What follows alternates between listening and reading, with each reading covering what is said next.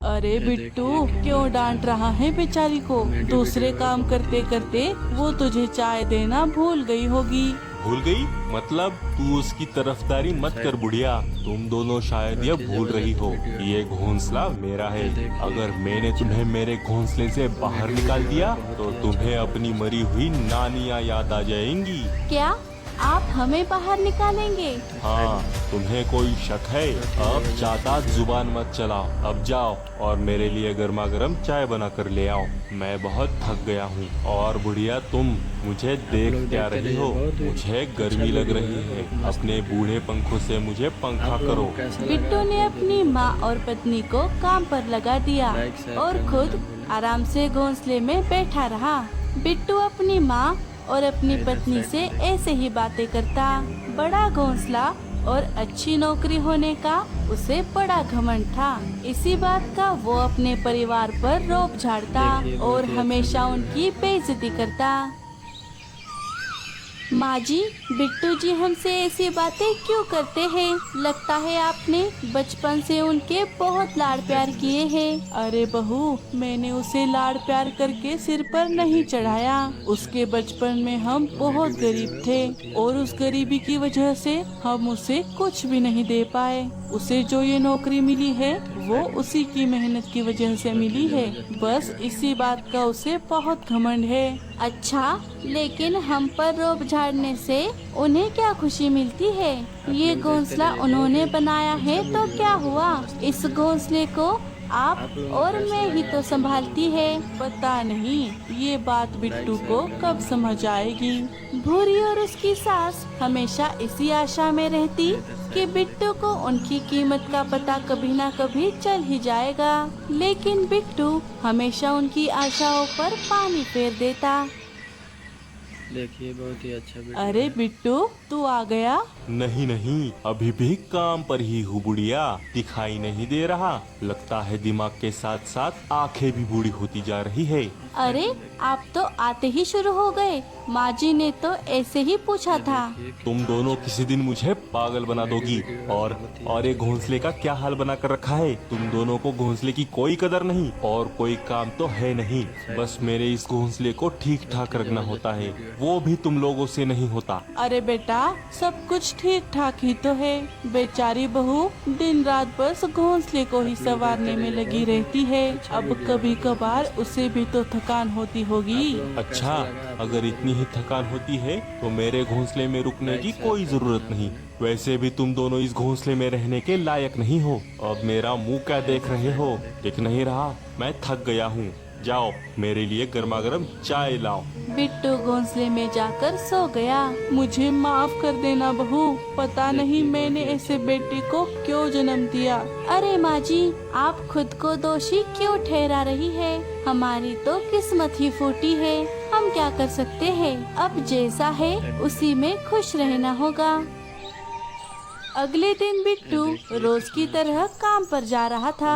सुनिए बिट्टू जी, घर में थोड़ा सामान खत्म हो गया है, आते वक्त ले आइएगा। और हाँ, माँ जी की दवाइयाँ भी। क्या सामान खत्म हो गया? अभी कुछ दिनों पहले ही तो सामान लाया था। इतनी जल्दी खत्म कर दिया तुमने? खत्म कर दिया मतलब? अब सामान है तो खत्म ही होगा ना बेटा। भूरी ने अकेली थोड़ी ही खाया है। हाँ हाँ, और तुम दोनों को घर में बैठकर काम ही क्या है? सारा दिन बस ये खाओ वो खाओ और घर में बैठकर आराम करो। कभी बाहर जाकर 2 पैसे कमाकर पता है तुम्हें कितनी मेहनत करनी पड़ती है? अगर आपको सामान नहीं लाना है तो मत लाइए, लेकिन हमें बुरा भला मत कहिए बिट्टू जी। हम आपकी इज्जत करते हैं, इसीलिए आपको कुछ नहीं कहते। लेकिन आप तो अपनी माँ से भी ढंग से बात नहीं करते। अच्छा, तो अब तुम बताओगी मुझे इससे क्या बातें करनी है? लगता है तुम्हें तुम्हारे मायके की याद आ रही है। तुम्हें तुम्हारी जगह दिखानी ही होगी। अरे अरे नहीं नहीं बेटा, बहू के कहने का ये मतलब नहीं था। तू जा, तू काम पर चला जा। मेरे सामने ज्यादा दिमाग लगाने की कोशिश की तो याद रखना। बिट्टू काम पर चला गया। माँ जी, आपने बिट्टू जी को क्यों रोका? अगर वो मुझे इस घर में नहीं रखना चाहते तो भेजने दीजिए मुझे अपने मायके। अरे बहू, एक तू ही तो है इस घर में जिसे मैं अपना कह सकती हूँ। अगर तू भी चली गई तो मैं तो जीने की उम्मीद ही छोड़ दूंगी। थोड़ी देर बाद भूरी की अचानक से तबीयत खराब हो जाती है। अरे अरे भूरी बेटा, क्या हुआ? तुम तो ठंड से कांप रही हो। पता नहीं माँ जी, अचानक से ठंड लग रही है। अच्छा, जरा देखूं तो। अरे बाप रे, तुम्हारा तो शरीर बहुत तप रहा है। तुम्हें तो बहुत तेज बुखार है बहू, तुम यहीं पर आराम करो। चलो। तभी बिट्टू घर आ गया। अरे भूरी, तुम अभी तक आराम कर रही हो? उठो, मेरे कुछ दोस्त आने वाले हैं, उनके लिए बढ़िया सा लजीज खाना बनाओ। क्या? लेकिन ऐसे अचानक से? हाँ तो अब क्या मुझे मेरे दोस्तों को भी बुलाने में तुम्हारी इजाजत लेनी पड़ेगी? उठो चुपचाप और काम पर लगो। अरे बिट्टू, ये क्या कर रहा है? बहू की हालत तो देख, उसकी तबीयत ठीक नहीं है, उसे तेज बुखार आया है और तू है कि उसे खाना बनाने के लिए कह रहा है। तो मैं क्या करूँ? मेरे दोस्त आ रहे हैं, मुझे कुछ नहीं पता। जाओ जल्दी से खाना बनाओ। ठीक है, मैं बना दूंगी। नहीं, मैं बनाती हूँ खाना, तुम आराम करो बहू। इतने तेज बुखार में काम करोगी तो तुम्हारी तबीयत और बिगड़ जाएगी। लेकिन माँ जी।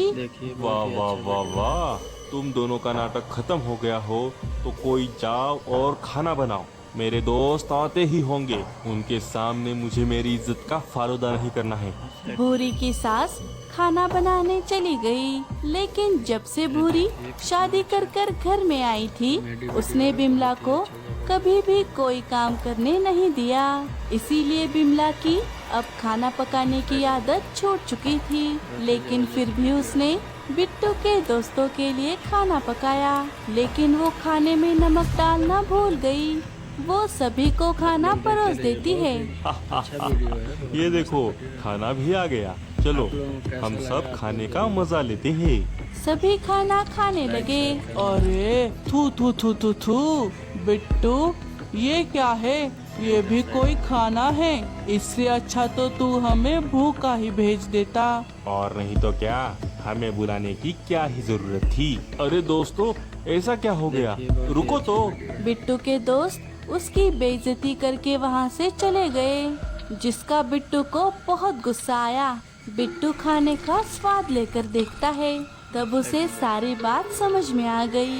बिट्टू गुस्से में अपनी माँ के पास चला गया। अरे बुढ़िया, ये कैसा खाना बनाया है तुमने, जिसे खाकर मेरे दोस्तों ने मेरी बेइज्जती की? मुझे माफ कर देना बेटा। वो बहुत दिन हो गए ना खाना पकाए, तो शायद मैं भूल गई। क्या कहा? अरे अरे अरे, तुम्हारी वजह से आज मेरा बहुत अपमान हुआ है। आज मैं तुम्हें अपने घोंसले से बाहर निकाल कर ही रहूंगा। बिट्टू अपनी माँ को बाहर निकालने ही वाला था, तभी भूरी वहाँ पर आ गई। रुक जाइए बिट्टू जी, ये आप क्या कर रहे हैं? आप माँ जी को घर से बाहर नहीं निकाल सकते। क्यों नहीं निकाल सकता? ये घोंसला सिर्फ और सिर्फ मेरा है और यहाँ सिर्फ मेरी मर्जी चलेगी। याद रखो, तुम दोनों मेरे टुकड़ों पे जीते हो, मुझे भी तुम लोगों की कोई जरूरत नहीं। बस करिए, अब हम आपकी बात नहीं सुनेंगे। जब देखो तब हमारी बेइज्जती करते हैं। हमारी कोई कदर नहीं है आपको।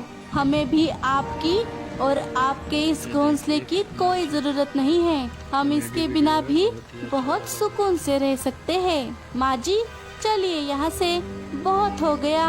अब सब कुछ बर्दाश्त के बाहर जा चुका है। भूरी अपनी सास को लेकर बाहर आती है। बाहर जोरों की बारिश हो रही थी। अरे बहू, अब हम क्या करेंगे? बाहर तो बड़ी तेज बारिश हो रही है। कोई बात नहीं माँ जी, आप चिंता मत करिए। चलिए मेरे पीछे आइए। भूरी बारिश से बचने के लिए सहारा ढूंढने लगी। तभी उसे एक जगह पर एक केले का पेड़ दिखाई दिया। माँ जी चलिए, इन केले के पत्तों का सहारा लेते हैं। दोनों केले के पत्तों के नीचे आकर बैठ गई। केले के पत्ते बड़े बड़े होने की वजह से दोनों बारिश से बच गई। रात भर बारिश चलती रही।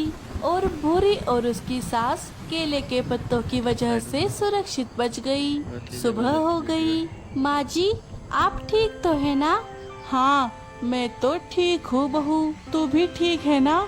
एक तो तेरी तबीयत भी ठीक नहीं थी। अच्छा वीडियो नहीं है, माँ जी, मस्त मुझे कुछ नहीं हुआ। लोगों इन को केले कैसा के लगा पत्तों आप की लोगों वजह से हम दोनों बच गए।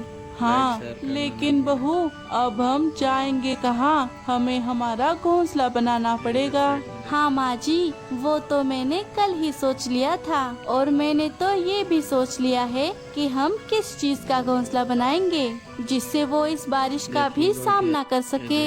अच्छा, और वो क्या है बहू? ये केले के पत्ते माँ जी, आपने देखा ना, इन केले के पत्तों ने हमें रात भर बारिश से बचाया है।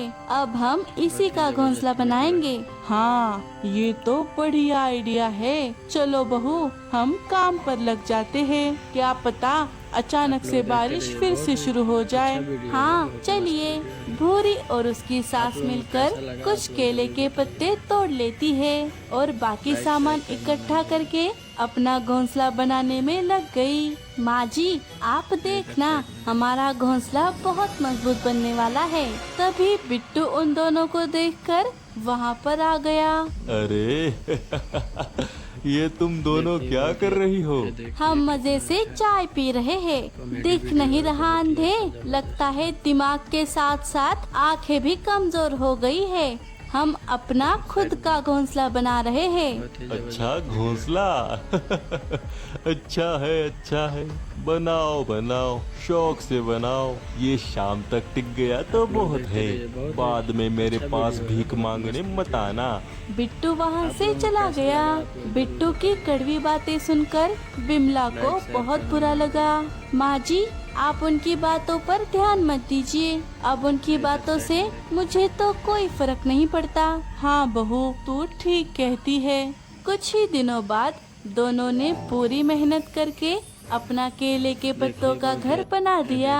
अरे वाह बहू, हमारा घोंसला तो बहुत बड़ा और बहुत पक्का बन गया है। हाँ माँ जी, देखिए कितने घने बादल छा गए हैं। लगता है बारिश बहुत तेज आने वाली है। चलिए घोंसले के अंदर चलिए। दोनों अपने घोंसले के अंदर चली गई। थोड़ी ही देर में तेज तूफान के साथ जोरदार बारिश शुरू हो गई। बहू, अच्छा हुआ हमने समय पर घोंसला बना लिया, वरना हमें बहुत परेशानी होती। इधर तेज तूफान और बारिश की वजह से बिट्टू का घोंसला टूट चुका था और वो बारिश में भीग रहा था। अरे नहीं, अब मैं क्या करूं? हाँ, भूरी और माँ से मदद मांगता हूँ, वो मेरी मदद जरूर करेंगे। ऐसा सोचकर बिट्टू बिमला के घोंसले के बाहर आ गया और उनसे मदद मांगने लगा। भूरी दरवाजा खोलो, मुझे अपने घोंसले में लो। माँ दरवाजा खोलो। अरे ये तो इनकी आवाज लग रही है। लगता है ये बारिश में भीग रहे हैं। क्या कर रही है भूरी? दरवाजा मत खोल, रहने दे उसे बारिश में। उसने हमारे साथ क्या क्या किया तू भूल गई और अब वो मुंह उठाकर हमसे मदद मांग रहा है। रुक, उससे पूछती हूँ कि वो अब यहाँ पर क्या उम्मीद लेकर आया है। माँ मैं जानता था आप मेरी मदद जरूर करेंगी। क्या कहा? माँ? अरे बिट्टू, तू भूल गया, तू तो मुझे माँ नहीं कह सकता, बुढ़िया कहता है, बुढ़िया। नहीं माँ, मुझे माफ कर दो। नहीं, अगर तूने सिर्फ मेरे साथ ऐसा किया होता तो शायद मैं तुझे कभी माफ भी कर देती, लेकिन तूने तो मेरी भूरी की हमेशा बेइज्जती की, हमेशा उसे कम समझा।